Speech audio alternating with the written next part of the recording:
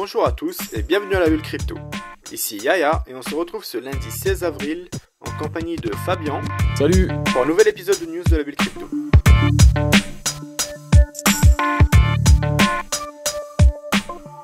On observe beaucoup de fébrilité en ce moment dans la communauté crypto. Et pour cause, car cela faisait un moment que les indicateurs n'étaient pas aussi verts. La communauté reste néanmoins prudente, le market cap global a augmenté d'environ 25% sur la semaine pour atteindre les 335 milliards, tiré par un bitcoin qui remonte la pente pour se positionner au-delà des 8000 $. D'un autre côté, l'Union Européenne a lancé le soutien de projets liés à la blockchain via un fonds de 370 millions de dollars, pendant que la Chine inaugure un parc industriel de la blockchain qui bénéficie d'un financement de 1,6 milliard, partiellement appuyé par le gouvernement chinois. Sans plus attendre, on passe aux news de la semaine, en commençant avec les listings par Fabien. Cette semaine, je vais parler de Blockbit.io. Un nouvel exchange se prépare à voir le jour le 16 avril en version bêta.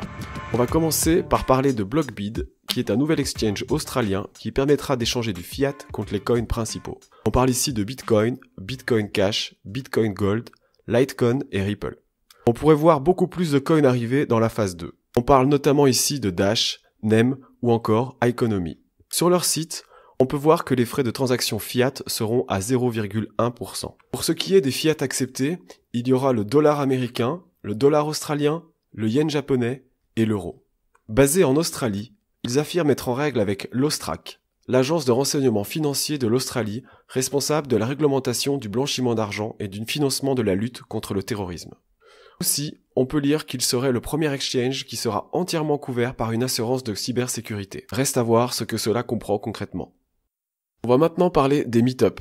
Premièrement, on parlera du meet-up New York Coin dans les bureaux de eBay. Fork de Litecoin, New York Coin sera dans les bureaux d'eBay comme conférencier dans un meet-up sur la nouvelle révolution technologique. New York Coin, qui est utilisé par 3 entreprises à New York, se veut être une monnaie rapide avec une vitesse de 30 secondes par transaction et anonyme. Passons ensuite à l'Europe et au meet-up de Neo. Le tour de l'Europe commence par Neo cette semaine, entre autres à Lisbonne, Paris et Madrid. Durant cette tournée, Neo organise des meet-up pour parler simplement du projet ou encore des workshops réservés aux développeurs pour les aider avec le codage. Passons ensuite au fork de la semaine. Je vais maintenant vous parler de la plateforme décentralisée Odyssey.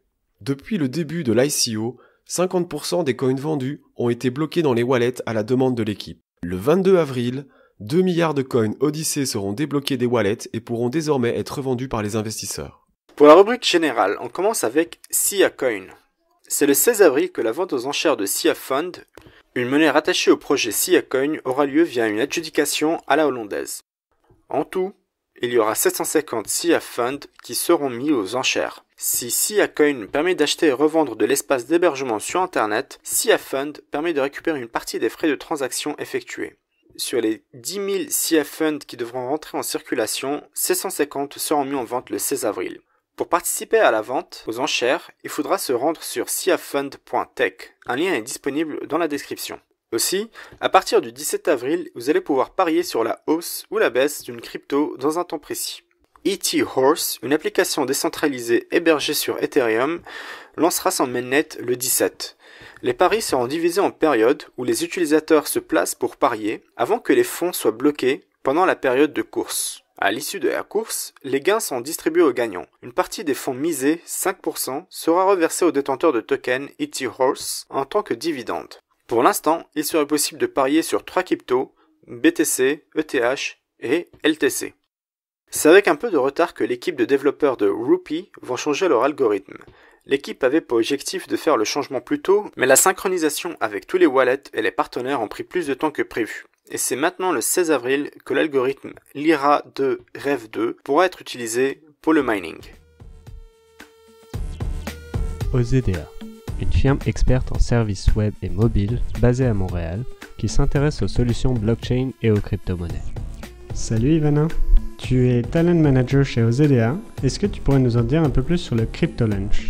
Oui, chez OZDA, on fait des Crypto Lunch 1 à 2 fois par mois. Tout le monde qui est intéressé à la technologie, environ une dizaine de personnes s'installent avec leur lunch et on va généralement discuter des tendances, les nouvelles ou les thématiques spécifiques reliées aux crypto. Puis en plus, on a un channel sur Slack, donc on va partager les connaissances sur les cryptos à chaque jour. Puis souvent, on va reparler de ces articles-là qu'on a partagés. Puis le but de notre lunch, c'est vraiment d'échanger les informations sur les cryptos, puis d'apprendre davantage sur la technologie, vraiment permettre à tout le monde de s'intéresser. Donc, il y a autant des développeurs, designers, puis même les gens en marketing qui participent au lunch. Pour en savoir plus sur OZEDA, consultez ozeda.com/labulle. osedea.com/labulle. Pour finir, le lancement des inscriptions pour Infinity Economics. Selon leur roadmap, c'est le 21 avril que Infinity Economics lancera ses inscriptions à leur plateforme. Un projet plutôt ambitieux qui inclurait plusieurs aspects. Bien évidemment, il y aura un système de monnaie de wallet, mais il y aura aussi un système de messagerie, plusieurs produits financiers, une plateforme de financement participatif, un service de virement automatique pour des abonnements par exemple, et ainsi qu'un système de dépôt fiduciaire, bien évidemment avec des smart contracts. Et on passe à ce que dit Reddit. Cette semaine sur Reddit, c'est MadeSafe qui fait le plus entendre parler de lui, avec une augmentation de 1733% des occurrences pour cette monnaie. Actuellement, le market cap de MadeSafe est d'environ 145 millions de dollars pour une quantité en circulation de 450 millions de Made. Actuellement disponible sur HitBTC, Poloniex et Cryptopia, MadeSafe est un projet qui date déjà de plusieurs années qui veut décentraliser Internet ainsi que le stockage de données. L'équipe est présentement occupée à effectuer une refonte complète du projet, notamment en actualisant la librairie et à corriger les différents bugs.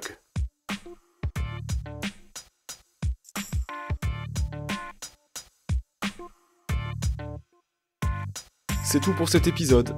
Si vous avez un moment, vous pouvez aussi nous mettre un commentaire et 5 étoiles sur iTunes. Cela permettra à d'autres personnes de découvrir le podcast. Et n'hésitez pas à vous abonner à notre chaîne YouTube ou SoundCloud pour recevoir les derniers épisodes. De plus, si vous voulez nous aider, je vous rappelle qu'on accepte les donations en BTC, LTC et ETH, ainsi que tout autre token. Les adresses sont présentes dans la description.